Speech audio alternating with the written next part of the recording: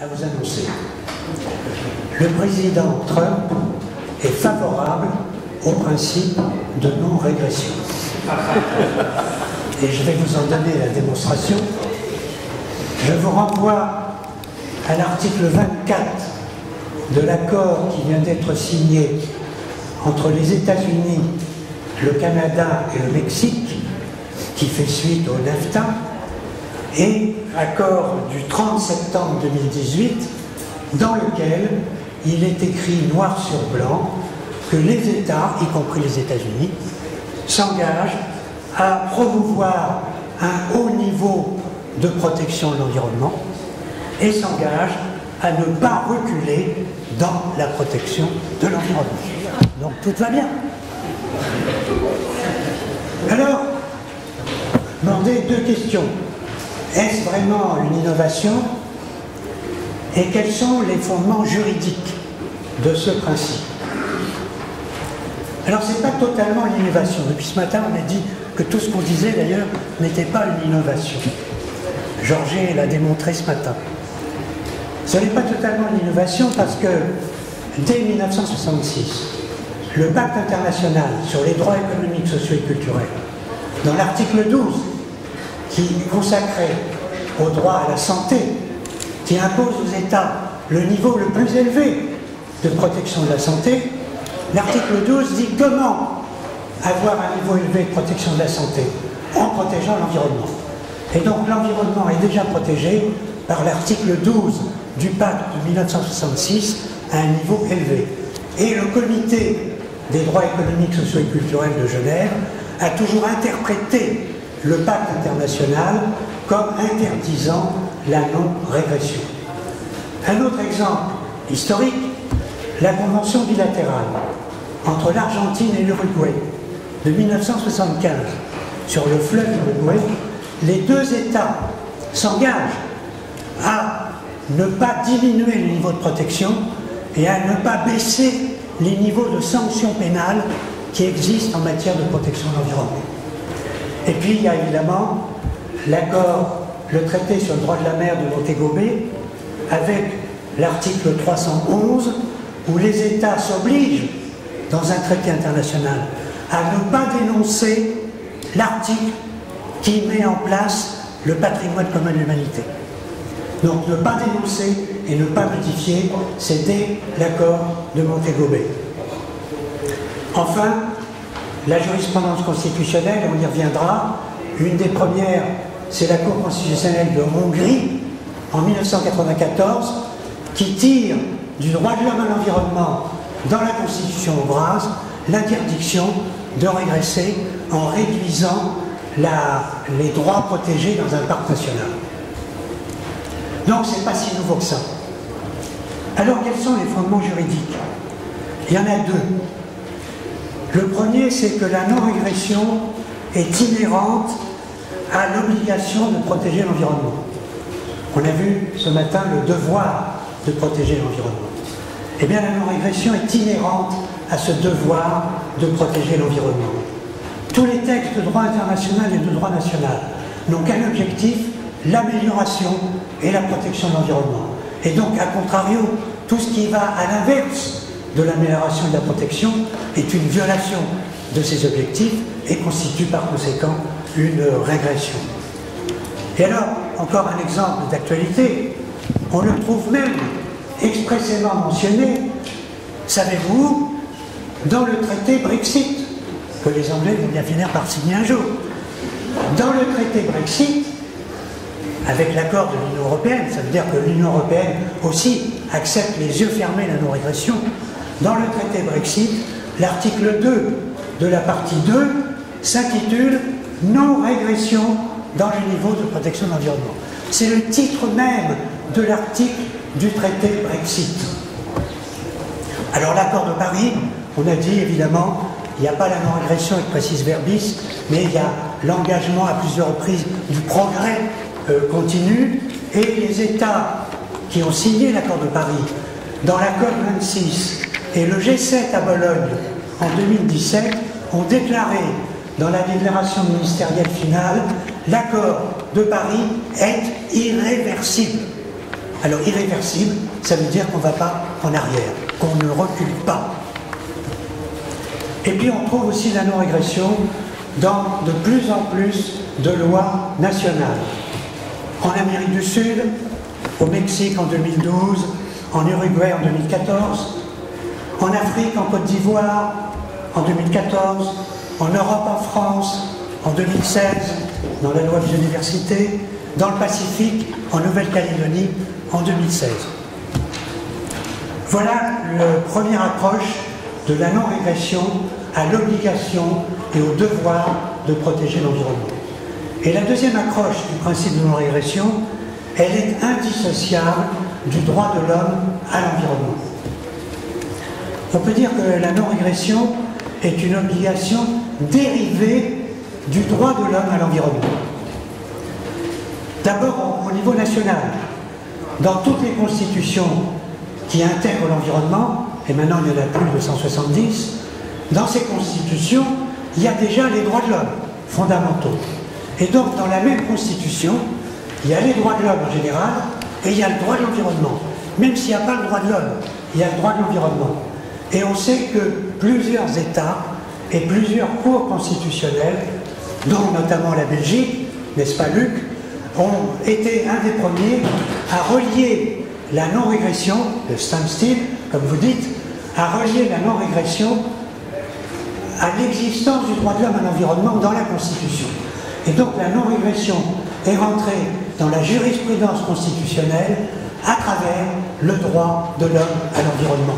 Et grâce au droit de l'homme à l'environnement. S'il n'y avait pas eu le droit de l'homme à l'environnement, il n'y aurait pas eu le principe de non-régression.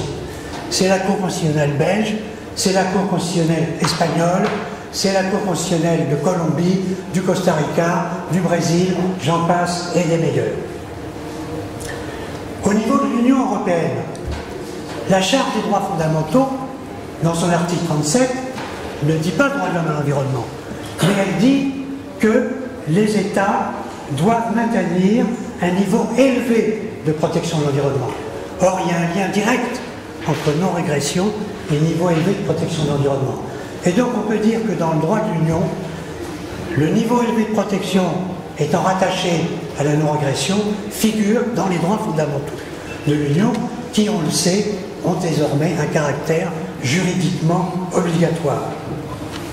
Enfin, au plan national, on doit constater qu'il y a, et au niveau régional, plusieurs conventions qui reconnaissent le droit de l'homme à l'environnement. À l'heure actuelle, il y a 8 conventions régionales qui reconnaissent le droit de l'homme à l'environnement. Et donc, par ricochet, à partir de ces conventions régionales sur le droit de l'homme à l'environnement, les juridictions nationales qui vont appliquer ces conventions régionales vont trouver, comme la Cour constitutionnelle belge, la non-régression comme dérivée du droit de l'homme à l'environnement.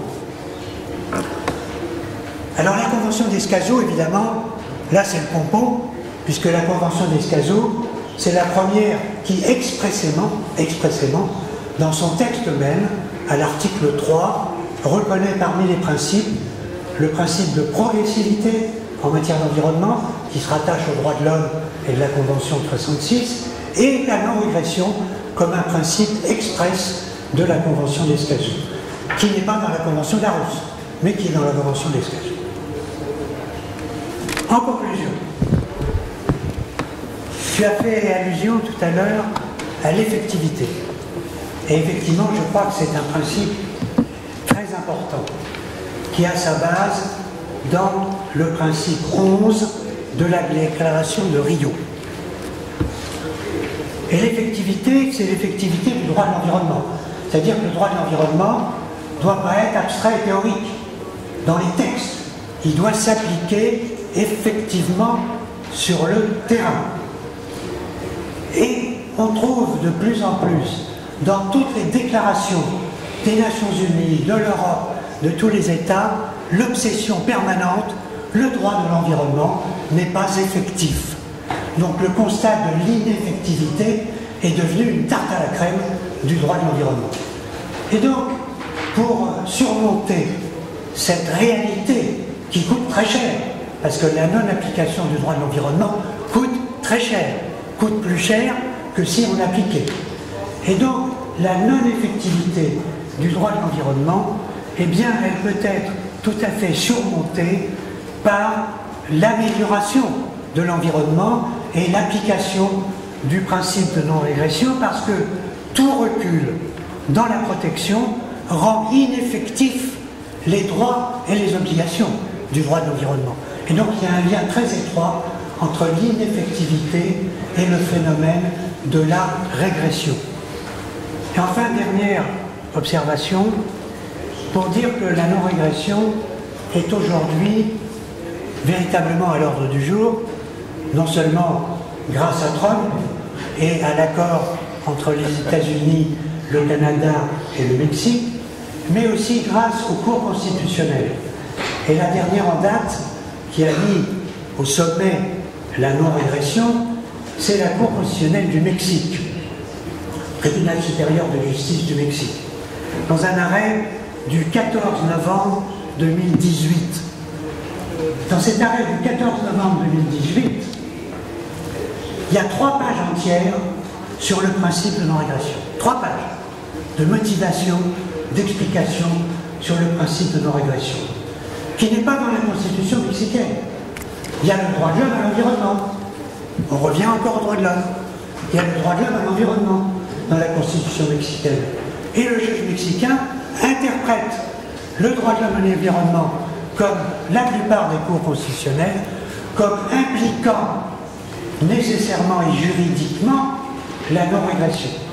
Et il s'agissait d'une affaire de parc touristique dans une zone humide, et la Cour dit il y a violation de la Constitution pour tout un tas d'autres motifs, mais y compris à cause de la régression, en constatant qu'une fois qu'un certain niveau de protection est atteint, zones humides protégées, reculer viole une obligation positive.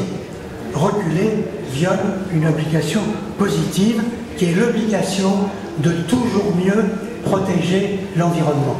Et le juge mexicain non seulement rattache la non-régression à l'obligation positive, mais il le rattache aussi, c'est corrédite, au droit des générations futures, en disant la non-régression est aussi une obligation vis-à-vis des générations futures. Pourquoi? Parce que toute diminution significative du niveau de protection affecte le patrimoine que nous devons transmettre aux générations futures. Et donc, nous devons tous être des juges mexicains.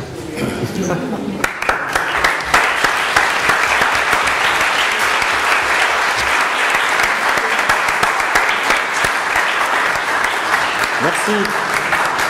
Merci cher Michel, merci à nos intervenants pour ces passionnantes interventions. Je rebondis simplement sur ce que tu viens de dire en relevant 2 choses que je trouve très intéressantes. D'abord, c'est très intéressant de voir que le principe de non-régression peut donc se déduire à la fois du devoir de prendre soin de l'environnement et aussi du droit des individus à un environnement sain.